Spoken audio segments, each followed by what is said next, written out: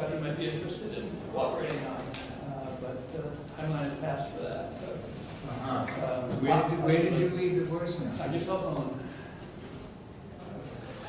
But I can tell you about it briefly afterwards. Okay.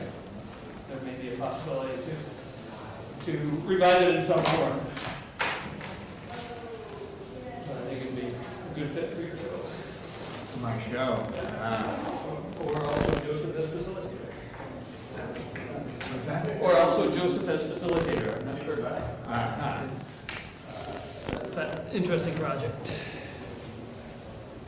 I'm sorry, I didn't get that. When did you leave it? Because I checked my mail yesterday. I mean, my voicemail on my cell phone. Last Wednesday or something? Huh. Okay. I'll have to. Maybe I can find it. Doesn't matter, I'll read through tonight. He's a good All right. You are city representative? Yeah. All right.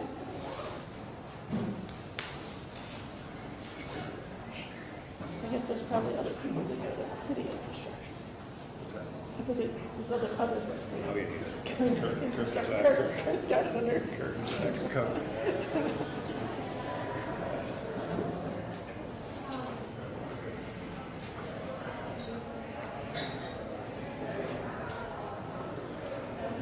I think everyone should feel free to sit around the table too. This is not a one-way I'll come presentation. I'd like to be, I'll be Senator Clark's tonight. Oh, come on. Making sure you get his bucks. All right.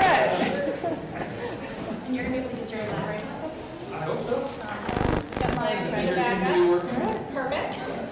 Pretty good. Hi. Good, how you doing, Jerry? What? Hey, Senator. Yeah.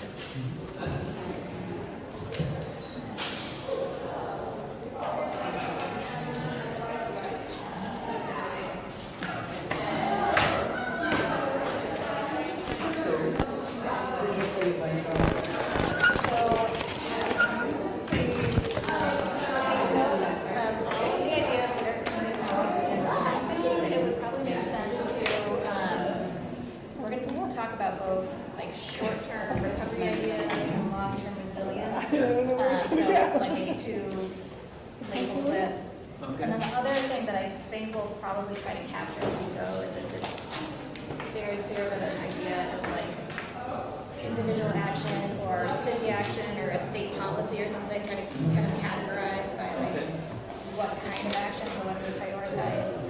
We're looking at hopefully a mix of some of the other kinds of things. So kind of longer term things, but focusing on things that as a community that we never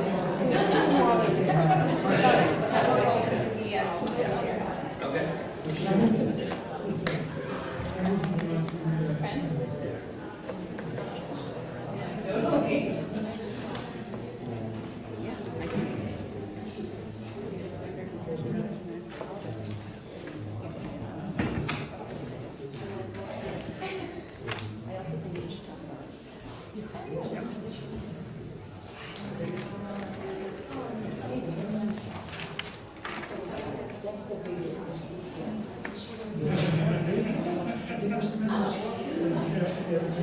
Did you get my thoughts on the NPR? Yes. We incorporated a number of them. Some we didn't, but I'm happy to talk about. I mean, there's no stuff, but like there was really good change. We're still working through it. No. Do you think you should recommend the equity piece up front? Yeah, we did that. Yeah, we did that. Really only. I just want to make sure that anyone thinks you don't care. Probably not. Right. No, we didn't talk as much about like the process. All right, well, it's looking like, I wouldn't be surprised if a couple more people trickle in, but I know that we've only got so much time, so let's get started. So my name is Lauren Earl, and I'm going to help facilitate us this evening. I am one of the Montpelier City Councilors. but I'm not here with any agenda. I'm just helping run the meeting, collect and listen to ideas. Carla Etmeyer has kindly offered to scribe for us, so he's going to be taking notes. So we're going to capture all the ideas that come out. We are looking, as Paul said, to leave this room in a little over an hour with a handful of priorities. We have a massive topic, so if there's more than the 1 to 3 things that we absolutely need to share with a big group, that's okay, but we're looking to narrow down to like 2 to 3 big things. It would be great if those could be, for example, something that we could act on quickly as a community, something that we could see really taking action on, and maybe something longer term. Just ideally, it's not like 2 things that are going to take 10 years to act on, for example. Like some things that we can really kind of dig right into. But we'll see where the conversation goes. We do have some climate policy experts in the room who work in a range. Paul Burns from VPIRG does lots of climate policy. Jared Duval, Energy Action Network. Joanne Miller, Vermont Natural Resources Council. Kate Stevenson, who does all kinds of like green building. I don't know your official title, but it's like an amazing expert in all kinds of climate things, and has been a part of the Montpelier Energy Advisory Committee for countless years. Chris Lumbra from the city is our sustainability, and recognize lots of you who also have your own expertise. So we have like amazing resources in this room, so I think can help keep us focused. The rundown for what we're going to do, we're going to spend the first 15 minutes or so talking about what's going on right now, some lay of the land, so people can share things that are in the works on climate action, things that we know about, so we can get kind of the landscape of what's already happening so that can ground us. And then we're going to be looking at your ideas for what could or should be done for either shorter term recovery or longer term resilience. And Carl's going to kind of capture them under one of those buckets so that we can, again, make sure we're kind of keeping an eye on both of those. So we're being responsive to immediate needs, but also looking at resilience. And then we're going to spend the last 15 minutes as a group coming out with what are those handful of ideas that we want to share with the bigger group as priorities that we're excited for the community to work on together. And then we'll go back to the House floor. So let's start out. So if people could just share and just try to, I guess, talk loudly because we don't have a microphone or anything, and just share what do you know is happening now that relates to this idea. So again, our topic is described as action in the face of climate change. And that was described as actions residents, businesses, property owners can take to reduce carbon impacts and address climate change. Changes in lifestyle, purchasing power, or energy use to help address climate change. What can we do as a community, as a city, as a state? So that was what we're grounding ourselves in. Yes? I'll start. I've been doing a little research on carbon footprint, kind of. There's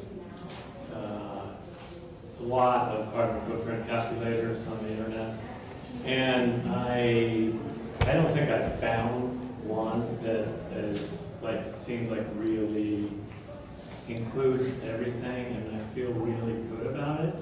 So I was hoping that with some expertise in this room, maybe there is one that is the best, because I've been thinking I really want to know my carbon footprint, and I really personally feel like I need to make some changes so this won't happen to Montpelier. And I think the more good data we get out there, the more people that do their carbon footprint, the more people that know, hey, if I don't take this flight, hey, if I do this, hey, if I do this, that then with that data, I mean, we can start like a whole thing in Montpelier. I think of those charts if we're raising money, how it kind of goes up. But if we had some kind of calculation like, this is our carbon footprint in Montpelier right now of whatever zillion tons of carbon it is, and then we're working our way down by people pledging or something based on a carbon footprint calculator that we're all using, I think we could really get some interest in the community and people taking kind of an individual responsibility for that. And I would really kind of like to work on that end of it. Cool, great. My name's Kurt Gardner. Let me back up for a second to where we are. We're dealing in this is the most important issue. If we don't find a way to resolve the question of how to stop climate change and to deal with the input that are driving climate change, nothing else anybody else in this building can do will make any damn difference. Because we're going to be overwhelmed by the problem. So the question is, where are we? Well, where we are right now is that we all believe it's a problem. Except the people in charge of things are buying the current line that the GOP or conservatives are running, which is, yeah, we've decided it is a problem, but it's not a serious problem.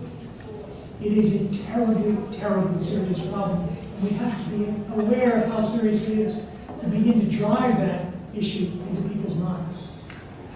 What we miss mostly when we think about this problem is the huge number of positive feedbacks that are built into it. What we miss is the fact that, for instance, one of the most important climate change driving gas is not carbon dioxide, it's water vapor. It's half of the climate change is from water vapor. How does it get there?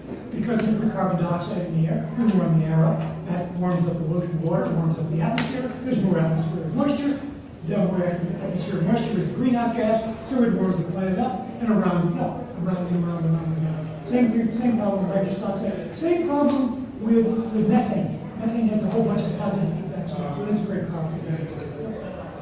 Nobody really is talking about how important this problem is, what's actually driving it.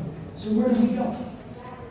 I believe Montpelier is in a position in the national spotlight, and I believe that we are well enough informed of what's going on that we could create a national model, maybe a global model, on how to react to this kind of a problem, to this problem specifically, how to drive down climate change. There are a bunch of things we can do, we can talk about it later, but I want to set that model as we can do something here that's important. Thank you. Any other framing contests? Yeah, from my perspective, as much as this is a terrible thing, it also leaves us in something of an opportunity to rebuild in a greener way. And I'm a climate activist with the Vermont Youth Lobby, so I have some experience in community organizing, but I don't know a ton about climate technology, and smarter people than me can talk about how to rebuild in a climate-friendly way. And I just want to present that as a question, because I think that's one of the most important issues we can address in this room, is about building back our infrastructure in this city in a greener way. And I want to present that and ask all the very qualified people in this room if any of you have ideas about that. Great. We'll get into that. Thank you. Raise your hand, Dave. Dave Graham, I've lived in the area since 1985, moved from Plainfield into Montpelier in 1992 after reading Bill McKibben's The End of Nature, and decided I didn't want to drive back and forth anymore.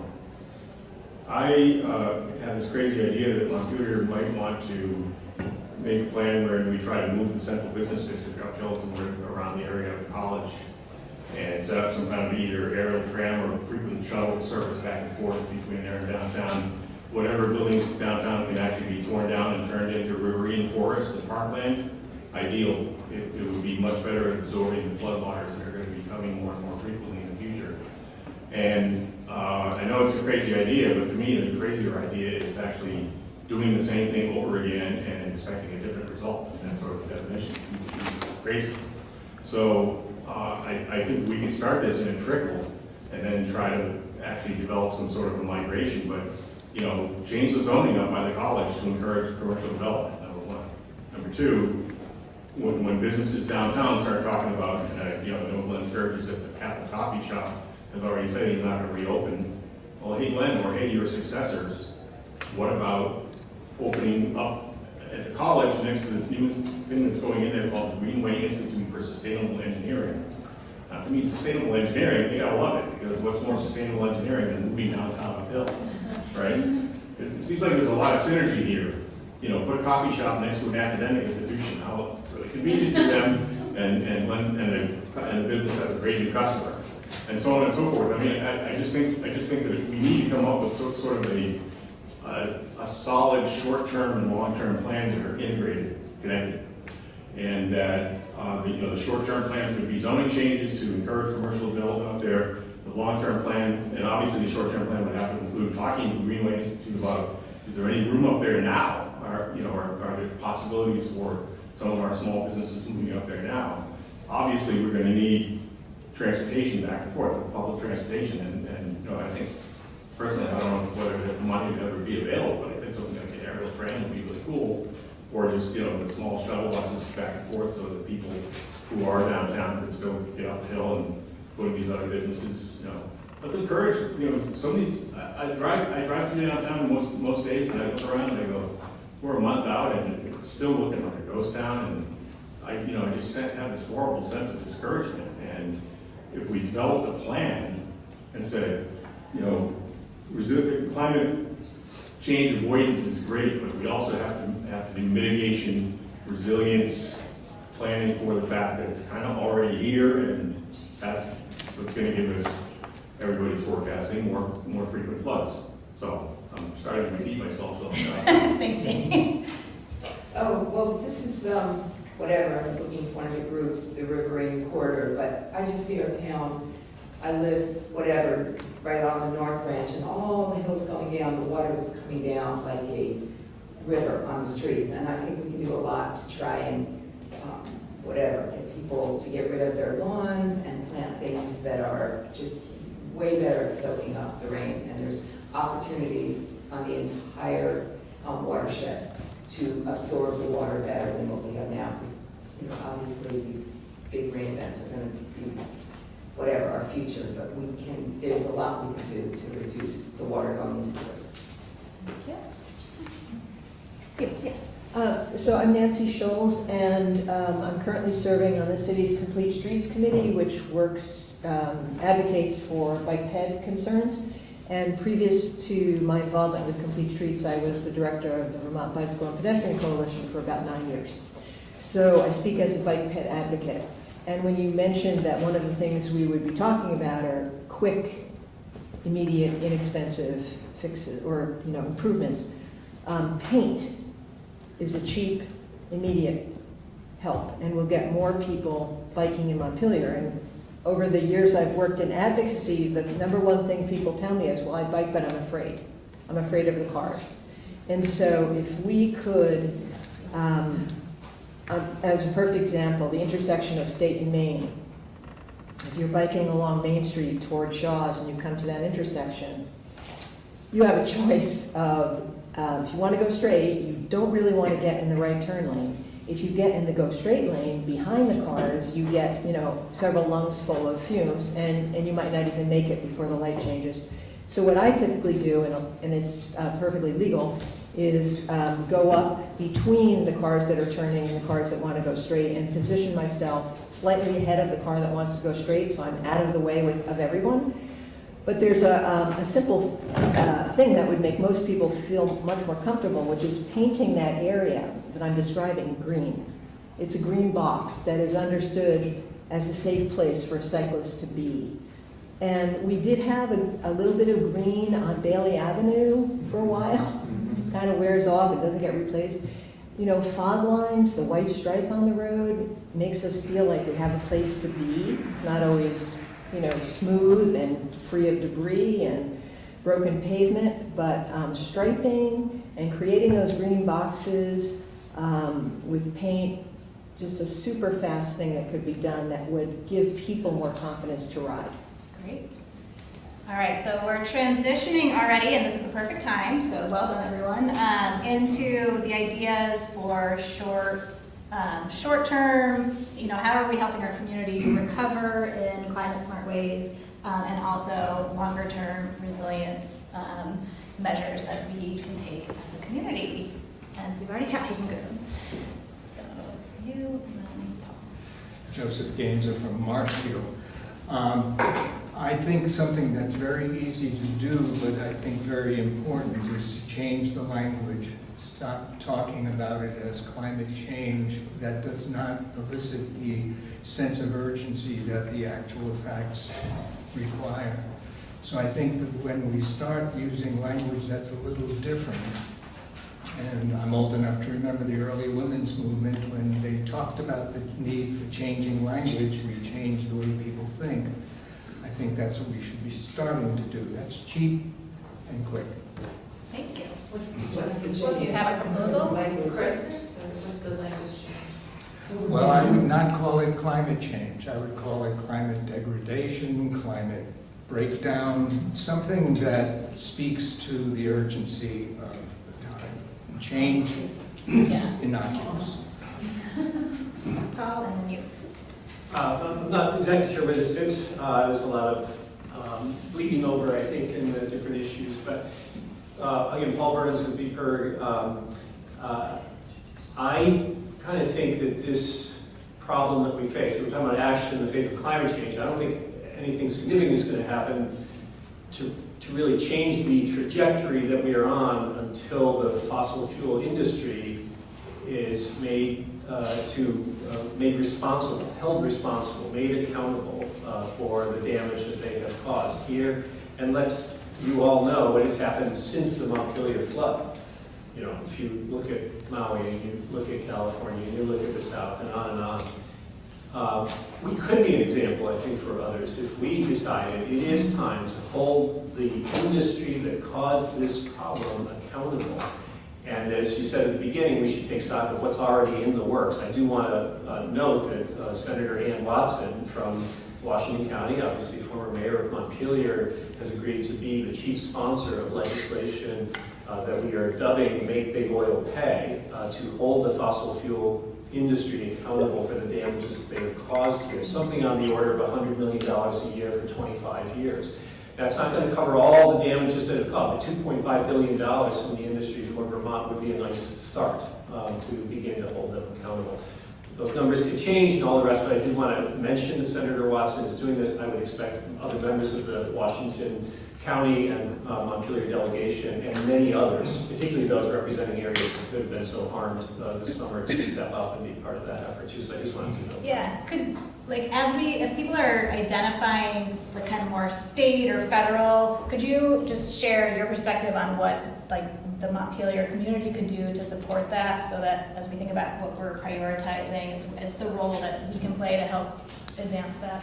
I do think big issues of change are often moved more by a sense of shared values and passion and stories and righteousness than they are very technical arguments that some of us like to make. But I think if we are ever going to hold this industry accountable in Vermont, I think this coming legislative session that reconvenes in January in rooms just like this, that's going to be the time to do it when we have the people of this community step forward, talking to your legislators, your reps, your senators, and similar conversations taking place around the state. You might have a chance of convincing legislators who might not otherwise typically be on the leading edge of a campaign to hold the world's most wealthy corporations responsible. I mean, none of this is going to be easy. I recognize that. But if they're ever going to do it, it would be because you all urge or demand that they do so. Would legal action be faster? It has not been so far. I'd be happy to talk to you about that. I'm happy that the children, the young people in Montana just won a victory there as they step in that process. We need it all. We need it all. My name's Brian Powell. I live on Lower Northfield Street. We've destabilized the climate. We will have more floods. I fear that it's irretrievable. All we have here is that we can solve the problem. Well, we're not going to. But pretending that we will, and I prefer to act in a positive way, though I think we're doomed. I try to be conscious of my carbon footprint. I'm forced to drive a car. There are certain things that I'm forced to drive a car. I'm not forced to force dry my clothing. I'm not forced to use a clothes dryer, a planet-killing piece of crap. Is there anybody in this room that does not own a clothes dryer? Bless you! Bless you! Oh my God, we are among the saints. things. I am so self-righteous that I'm wearing nothing that has been forced dry. I agree that we in Montpelier could get something going, and we in Montpelier could be visible. I think we should organize to tell people to kill their dryers. Your clothes will dry by themselves. It's happened since there have been textiles. Now, I know that there are people who live in small apartments for whom this would be, people who don't have deep sinks, you know, our infrastructure is not in favor of that. But you can do it. I have a clothesline on my front porch. I have a wood stove. In the winter, I put my grandmother's old drying rack in front of the wood stove, and my clothes are dried in a jiffy. How about sheets? All right. All right, well, we've got this idea. I want to keep moving, but it's on the list. And anyway, Kill the dryers. kill your dryers. Kill the clothes dryers. And it could fit under the carbon footprint. Right. How are we doing And how public much you campaigns save as a by- community? What do we yeah. save? Yeah. All right, what else? I think that like a lot of people have mentioned that Montpelier and all of Vermont could definitely be like a role model for the rest of the world or America. And I think that's because, especially in Montpelier, the community, like a big majority of people are already really careful about their carbon footprint and really good about it. And I think that it's not about changing other people at this point, it's about changing ourselves. And if everyone works on that, even just in a small place, I think it can really affect the rest of the nation or the world. Thank you. Other ideas? I'm not sure if this fits in the quick fix category. I'm not sure where. Well, we can do either long-term or short-term. Yeah. We're just trying to categorize them. Our wonderful scribe. But something I've been working on for about the past year is to get my high school to go net zero. The school board, which I now serve on, is working on it, and it's taking a lot of work. But one thing that we can work on as a city is making all our city and municipal buildings net zero. Of course, the dream would be to have all our buildings in town net zero, but one step at a time. That's awesome.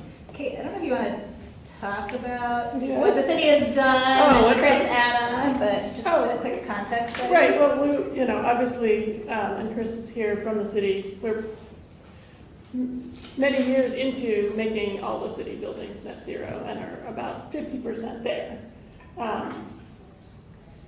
My big idea, if money was no object, Dream big. dream big, is to figure out how the city could support all the buildings that were flooded, moving their mechanical systems out of the flood zone and not being fossil fuel systems. So that whatever goes in to replace is electric. And it's a big project, and it's not the sort of thing that each homeowner or business owner should be figuring out on their own. And it would need a really concerted effort to go building by building and help design and find the team that can do the work, potentially filling in basements like they did in the Waterbury State Complex, and really making a longer term change there, assuming that the downtown is still downtown and that some of these buildings that are flooded are still going to be there down the road. So that's my big idea. So my name's Jared Duval. I work for Energy Action Network, where we do a lot of research, analysis, and tracking on energy and climate issues. And I also live on Elm Street. And just from a context perspective, I thought I would share, following up on, Tim's first comment. It's a phenomenally complex area. There are different methodologies for how emissions are measured from a life cycle basis to a kind of point of combustion basis. But I think that in a big picture, if you look statewide for Vermont, and I think Montpelier is likely very similar, nearly 3/4 of the climate pollution that is produced comes from our use of fossil fuels for how we get around, primarily driving single passenger vehicles, and it's the fossil fuel we use to heat homes and buildings, primarily oil and propane boilers and furnaces. So nearly 3/4. Like if we're talking about doing our part, the biggest part of the problem, the most low-hanging fruit, is the fossil fuels that are used for how we get around and how we heat our homes and buildings.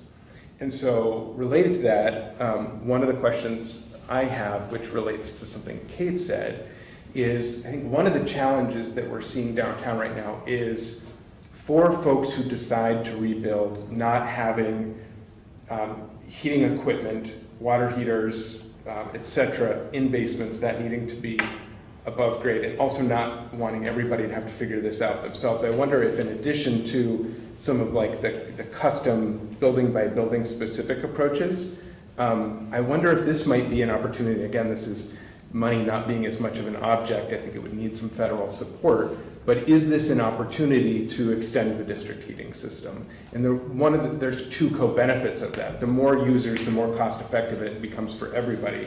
But then also not every building needs to have its own heating plant. And they can just get heat in through a pipe, and you don't have to worry about having a furnace or a boiler in your basement. So I think that that's an idea that should be explored. I don't know the numbers on it. I don't know the engineering feasibility, the cost effectiveness, but I think it's a question worth asking, because if we're serious about building back better, it needs to be building back without fossil fuel heating systems as much as possible. Can I ask you a follow-up on that? I mean, do we already have it if so much is based on transportation? Could you get me somewhere like if I bought a helmet at Onion River, if I walked down to Onion River and bought a helmet, bike helmet, versus having Amazon deliver a bike helmet to me? I mean, could we put together like that kind of data to really support the localness of Montpelier trying to not only support businesses, but actually save carbon in that? I mean, is that data out there? I mean, if I was interested in mining that, I mean, could you give me some stuff and I could try to figure all that out?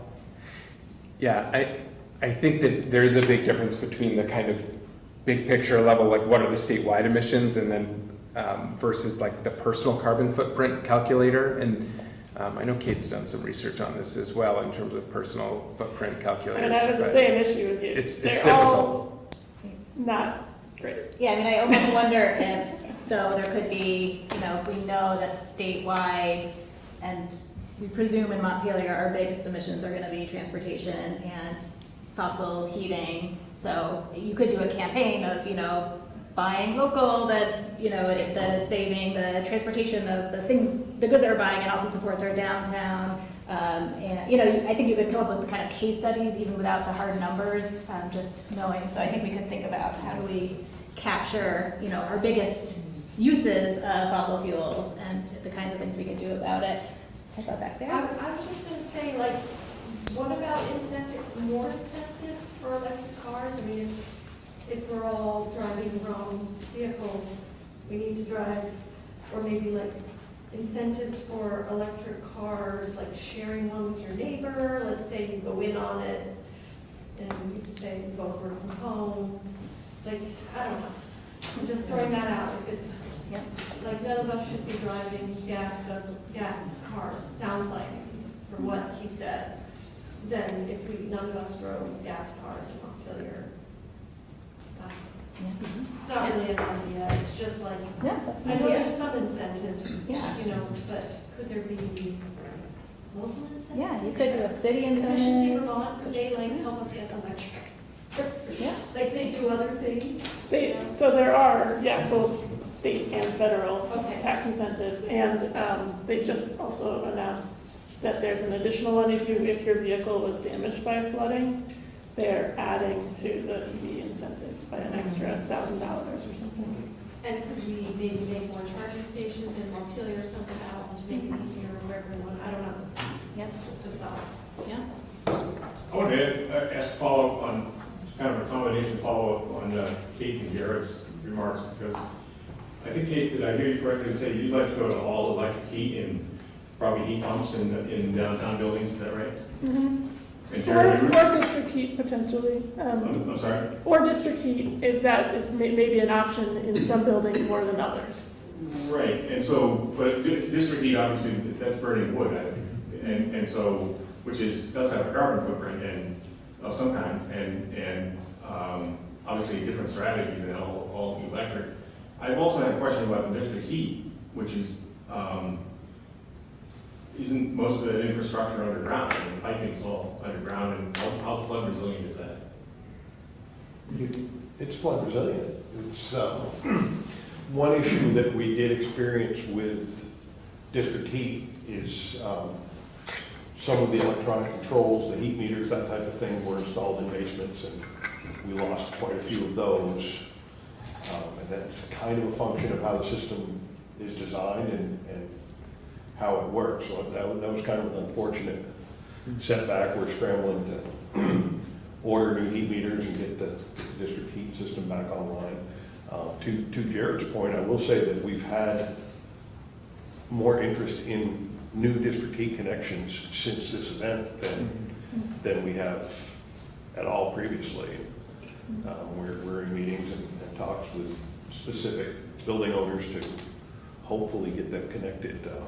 Anybody that's not kind of very close to a building that's already on district heat or already has piping in it, the idea of getting district heat piped to the building and up and running in time for this heating season it's a really, really tough lift. So the people are in the position of having to put in some kind of heating system to get through this winter when district heat's not instantaneous, right? So that's kind of a tough pill to swallow. Is there a possible combination as in district heat that's, instead of burning wood, it would be based on heat pumps? Or like completely going off? That'd be a different system. There are hot water geothermal systems that would be a complete change of the district heat system. There's no easy transition to different technologies for the district heat plant that I'm aware of. Hi, I'm Jolynda Burton. I live here and music education coordinator at Montpelier Music School. So I have zero expertise in the climate and environmental science realm. So part of my coming here was just trying to understand the bigger picture. I have no idea what's possible, what's affordable. It's almost overwhelming. But what I do feel is a lot like what Me? Yeah. Miriam. Sorry, I met you in other, but what you said about organizing people and advocating, I feel like the climate crisis, or whatever better language that creates a better sense of urgency, what I'm really feeling is this is as much an education, informational, and communications issue. I talk to people all the time who are incredibly smart and well-educated and have great life experience who don't recycle, don't, they're not in Vermont so they don't compost, but it's not connecting what we're experiencing and what our daily habits are for so many people. Maybe a fewer percentage of Montpelier, maybe, but for me, that's like what gives me like this feeling of, doom and existential despair is like, there's not enough people who are freaking out. We need more people to be freaking out, but then taking wise action.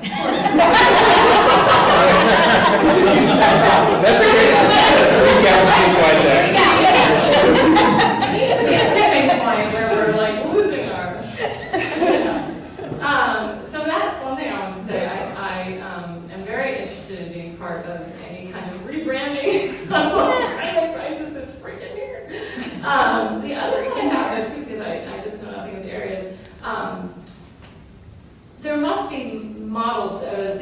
and towns and places all over the world that are doing a better job at this than we are, and I'm just so curious, like, in the interest of not reinventing the wheel, I'm sure you all probably know of them, but like, what can we just do that other cities are doing that's working? A lot of these ideas, I think, are great and doable, but there must be so many more that we can, it's like the cliff notes. Or any other one. I just wanted to say, like, what's amazing is I was an exchange student in Switzerland in 1983. See, this is what I mean. And I'm just telling you, literally, they took their own bags to the market. Down the street from, and this was in the city, Yeah. there was a big metal thing, you put your bottles in here and your cans in here. I mean, it was like, they have been doing it in Europe for so long. 40-something Like, years. and they have been hanging their clothes dry.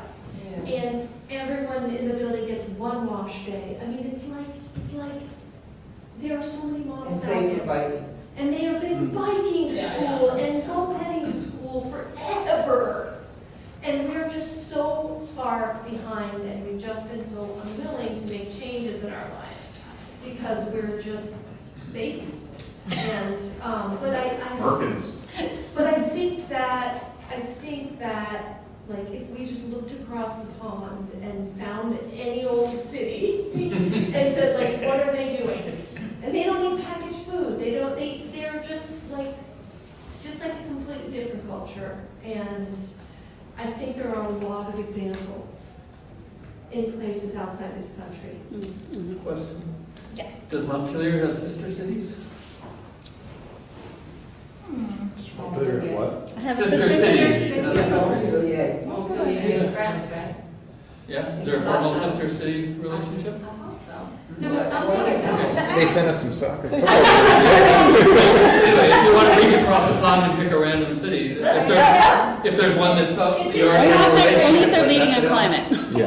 What's that? Only if they're leading on I was climate. gonna say. They probably are because they're across the pond. They're European. I'll volunteer to, To go scouting out. I'll volunteer to tour Europe on it. You have to swim there a little. So I'm Johanna Miller. I lead the Energy and Climate Program at the Vermont Natural Resources Council. I'm on the Climate Council with Jared, but more so I live on Redstone here in Montpelier. Love so many of these ideas. I guess I would say too that my theory of change is really about changing the policies so that we can make it easy and affordable or incentivize or require people to do the right thing. I totally believe in individual change. I think the Kill Your Dryer inspired, but I also think we need a policy framework that drives the change at the scale and pace that we need. And thankfully, we actually have incentive programs like through the Inflation Reduction Act and through our partners at Efficiency Vermont, through our utilities who are exploring how can we help customers rebuild and rewire with clean electricity instead of locking into fossil fuels. So one short-term idea, because I think it builds off a lot of really good ideas in this room, is because I do believe in the power of leadership and the power of models. I think one of you fabulous ladies said that. Is there potential to do some sort of resolution from the Capitol of declaring climate emergency? I mean, I call it global weirding. It is a climate emergency. We actually have a law in the state of Vermont called the Global Warming Solutions Act that acknowledges that we're in a climate emergency and says we have to cut pollution in line with the science, and we are so far off it, largely because of heating and transportation. So I do wonder if symbolically we could, in the short term, have a resolution that says and recognizes and talks about the need for declaring it climate emergency. We can talk about these are being fossil fuel disasters. If you haven't read Jared's recent piece in Vermont Digger about stop calling these natural disasters, these are fossil fuel disasters. We can acknowledge we need to focus on transportation and heating. We should ask our legislative leaders in this body, including Allison. We have a lot of champs in the state legislature and in our congressional delegation who we can lean on to ask them to help maximize the incentives, that we should hold polluters accountable, that we should help people and businesses in Vermont in this moment access the funding or the solutions that they need. I think something that articulates that in the short term could be helpful for long-term sort of policy progress and also just education. Who said that? I think maybe that could be one short-term idea. And I think other cities and towns in the state of Vermont would be interested. Yeah, question. Yes? Yeah, so if the legislature declares a state of climate emergency, then what special powers would the governor get? It would be an interesting question to explore. Or But support? if some city did that first, I actually think some other towns in Vermont have done this. But in this moment, I don't know how many others, but in this moment with this particular capital city, like devastated by climate-induced disaster, like it feels like a powerful statement, and it could reflect a lot of the really good ideas that you all put forward and help us put pressure in the right places at the state level and the federal level. Just, I see a couple more hands, so we've got about 5 more minutes for ideas. Did just want to bucket, so if we do, when we get into prioritization, just noting, the city does put together like a lobbying portfolio, like a package of priorities for the community. We could do potentially like a climate emergency and name some things that we want to advocate for as a city. I think the stories that we all have to come into this building and share of what these fossil fuel disasters are doing to communities to build the urgency. So when we're coming back out to the big group, you know, maybe there's a set of policy priorities, state policies that we want to as a community advocate for, that could be under an umbrella of a climate emergency. Just trying to package some things up as I go through.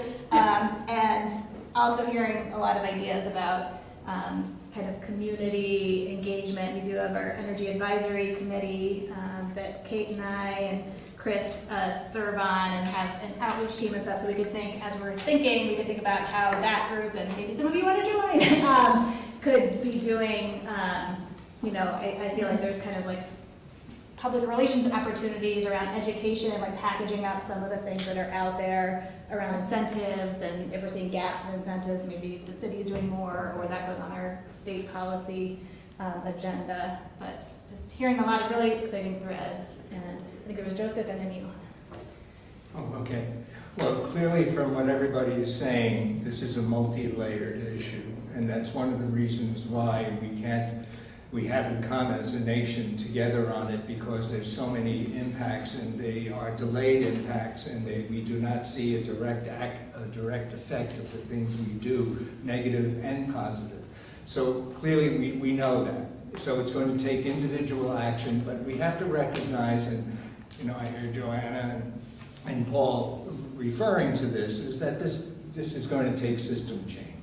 It's not just individual behavior that has to change, although that does have to change, and I fully agree with everybody who has brought that up. But we have to look at the system itself, and we have to look at the issue of consumption, who consumes too much, who consumes too little, how do we even that out a little bit so that everybody has a dignified life. This is not something that Montpelier alone could do, clearly, but some people have talked about Montpelier being a model, or Vermont being a model for the nation, perhaps for the world. How do we address the issue of economic injustice? How do we address the issue of overconsumption? We have a system, an economic system, that requires people to consume in order for it to continue to work. Consumers are 70% of the national economy. We keep being told that. When consumers conserve and don't spend money on various things like dryers, clothes dryers, and things like this, this is a downer for the economy. So we live in an ecology that the economy is a part of. Ecological economics has been telling us that for years. When do we put the ecology first, put the economy second, and the economy serves the ecology, not the other way around? How do we do that on a local level? How do we begin to move in that direction? You were next, and Larry Gilbert from East Montpelier, and if I was the king of Vermont, I would do a couple of things. One, I would close the interstate every Sunday and allow bicyclists to ride up and down the interstate.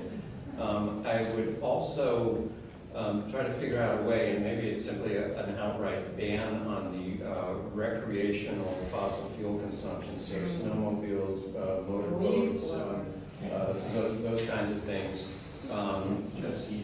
Jet skis, yeah, those would all be really positive steps. And then figuring out a way to price fossil fuels in a way that's realistic, because $3.99 for a gallon of gas right now does not reflect all the costs that go into it, and whether that's something that can be addressed on a state level.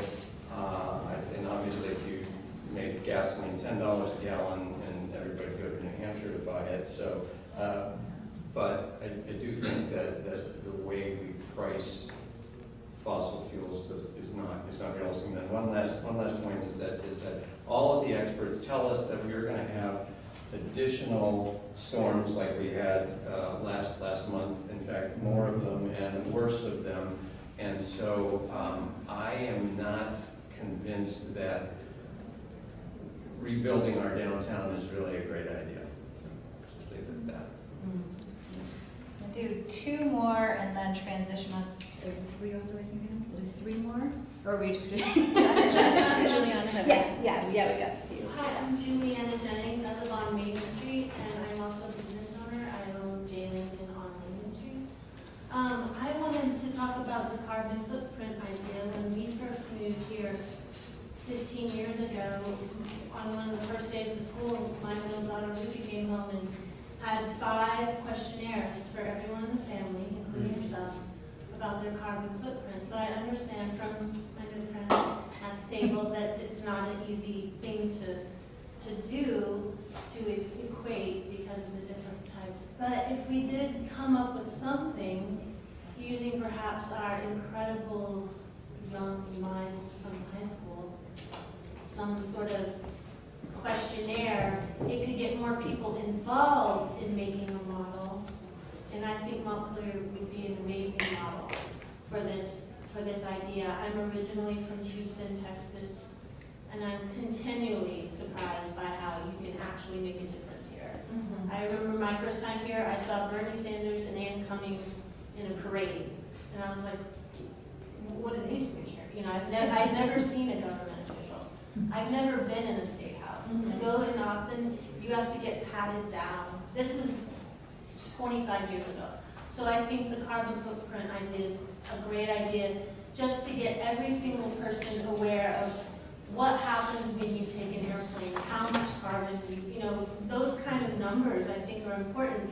And as for your idea about holding, fossil fuel corporations accountable, I think that is an excellent idea, and I think that I know 3 lawyers right now that would love to do that. Sure. And yeah, it's a big thing, but do it anyway. Look at the kids in Montana. Do it anyway. Let Montpelier be first to have a lawsuit against. We'll do the research and find who's the biggest abuser. I don't know. I think there's 7 in the United States that are the biggest, that have the most emissions. So I think that's a great idea. Just let's get someone with a lawsuit. Why not? Look what's happening to our town, And I don't think rebuilding is the best idea. We are rebuilding because I think the town needs it. But we're rebuilding with glue down vinyl that's flood resistant. Like, we've been very thoughtful about how we're putting it back together. So that's what I think. And I was wondering from Mr. Lundgren, are these heating units you're getting, are they going to be on the first floor? How does that work for the city? You're moving out? When you replace the controls, are you going to move them? They have to be on the piping, which is all in the basement. So the district heat meters will be back in the basement, unfortunately. And that means that no way they could be moved out? It's, anything's possible, but it's a very large repiping for each and every building to put those up on the first floor. There are some portions of district heating that are connected only by wires, and those are more easily and would be elevated. It could be more. What's that? It could be more. they're very difficult to watch. Yeah. All right, we've got two more comments, and then we're transitioning to prioritization. Okay, I know we're shorter on time, so I'll make this concise. I want to, can you remind me your name? Yeah. Nancy. I want to repeat Nancy's idea, just anything to do with the transportation sector. For one, making our downtown as friendly to bikers, walkers, electric vehicles as possible. So charging stations, and also, repainting the roads in a more pedestrian-friendly way. And even, I've heard a lot of people float the idea of making roads maybe not openly hostile to gas cars, but not encouraging gas cars on roads. And also just expanding public transportation and making it as reliable and even just functional as possible in Montpelier and all around the state, because as someone whose parents have both tried to use public transportation to and from work, it's not a viable option, really, at the moment. Thank you. Yeah, I think as you were just saying, public transportation, I think the train, like if you go to the train station, there's the one train that carries people, and which doesn't go through town, and then there's the other train for the cargo train, which goes directly through town. And I think that if there was some way they could make a train that fit that track, but to carry people, then it could be a really good way to get right into the middle of town and then just have a stop there, and you would be right there. So I think that trains is something that people should consider. Okay, Carl, big ask of you. How easy would it be to just quickly hit, not the details, but just run through the ideas we've heard, just to refresh our minds? And then I'm going to ask people to name what's jumping out to you as, again, our assignment is 1 to 3 priorities. I think we could do some lumping and get some ideas packaged together, because there's a lot of really good ones, but It'll take a few minutes, but I can do it. Is it going to be long and short term, the priorities that we're... Ideally, if we've got some immediate things that we think we could jump on, or we could just assign to the city to look into, we could have some ideas in that bucket, and then some, we've got some state policy ideas. I think we could lump some of that, of what we might want to advocate for as a community, and then some things the city could be doing, so.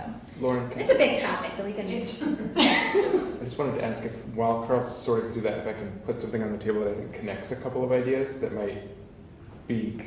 Is that more when we get to prioritization? I'm not going I to think sort it's through in that- anything, I'm ready to go. Oh, you're ready to go, okay. Yeah. But bring that idea when we get to. Yeah. Okay. Okay, so I'm just going to go through and pull out the concrete ideas and leave out the question? Exactly. Okay. So, for example, carbon footprint calculators, can we get everyone on board to use a common one and use it for a pledge to reduce individual carbon use and calculate how much the town as a whole is producing? Use the current downtown for river flow and move the business district up to the VCFA campus. Get rid of lawns and other surfaces that don't absorb water well, and plant things that soak up the rain. Use paint to make the streets safer for bicyclists. Stop talking about climate change. Make the fossil fuel industry pay through legislation. Get rid of your clothes dryer, don't buy a clothes dryer, dry your clothes on the line. Don't use your clothes dryer if you have one. Get the high school to go net zero. Destroy.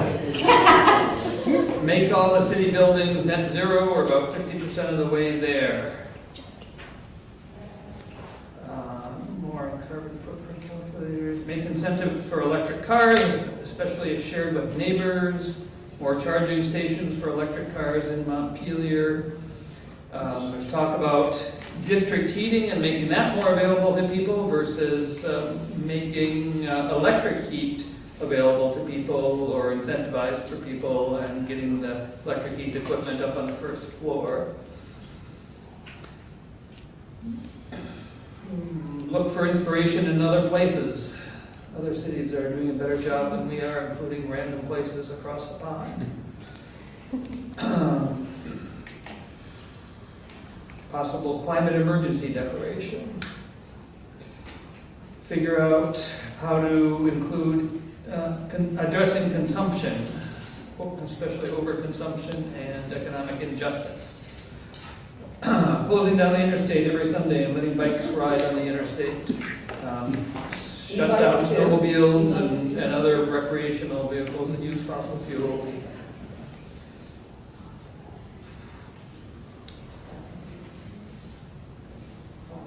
Just looking for new ones here. Having a train that carries people that comes downtown. I think that's about it. Did I miss any major concrete idea? I'm not sure, I just want to make one correction. You had said that Joseph said, stop talking about climate change. He actually said, use different language. Yes. Yes, thank you. Crisis or emergency. Very good. Yeah. Okay. Okay, so we've gotten refreshed. Let's do it all. Exactly. There's a lot of good ideas here.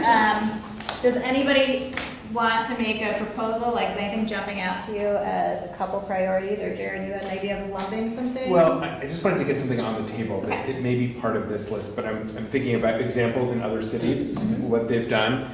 And it goes back to a little bit what you were talking about, Larry, in terms of, so one of the things that a city can do, of course, you know, the state then would need to allow it to happen, but is to set requirements around what type of equipment can be purchased and installed.